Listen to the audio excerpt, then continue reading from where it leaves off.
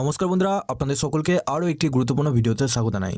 এবার আপনাদের যারা এখনও পর্যন্ত রোজ ভ্যালি টাকা পাননি, এবার কিন্তু আপনারা খুব শীঘ্রই রোজ ভ্যালি থেকে এবার টাকা পেতে চলেছেন। রোজ ভ্যালির টাকা পাওয়া নিয়ে আপনাদের কাছে আরও একটি গুরুত্বপূর্ণ আপডেট আসলো।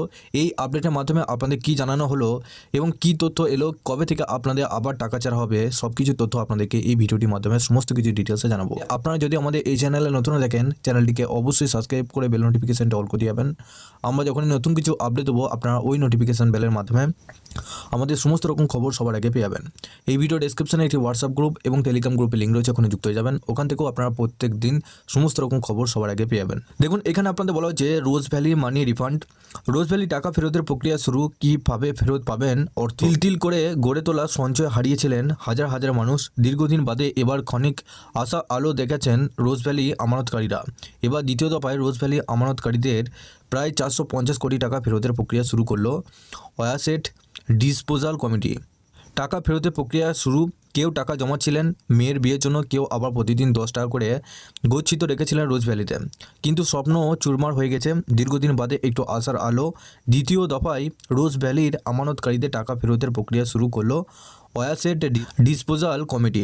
আমানতকারীদের প্রায় 450 কোটি টাকা ফেরত দেওয়া হবে। দ্রুত শুরু হবে সেই প্রক্রিয়া।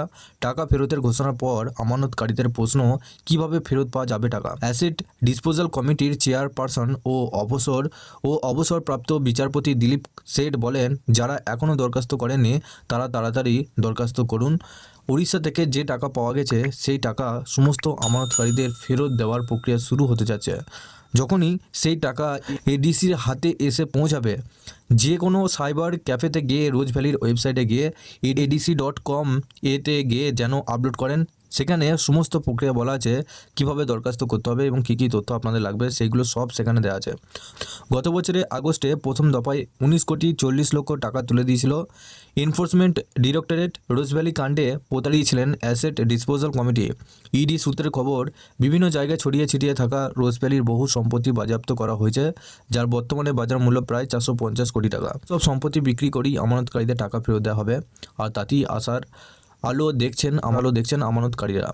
অর্থাৎ আপনাদের মধ্যে যারা রোজ ভ্যালির অফিসিয়াল ওয়েবসাইটে গিয়ে আপনারা দরখাস্ত জমা করেছেন এবং এর সাথে কী কী ডকুমেন্ট আপনাদের লাগবে, সেই ডকুমেন্টগুলো আপনারা যারা জমা করেছেন, আপলোড করেছেন, তারা কিন্তু এবার এই 450 কোটি টাকার মধ্যে আপনাদের যত টাকা আপনি জমা করেছেন তার কিছুটা হলেও আপনারা কিন্তু সেই টাকা পেতে চলেছেন। ইতিমধ্যে সেই টাকা কিন্তু উড়িষ্যা থেকে আপনাদের সেই টাকা পাওয়া গেছে এবং সেই টাকা প্রত্যেকটা আমানতকারীদের ফেরত দেওয়া হবে।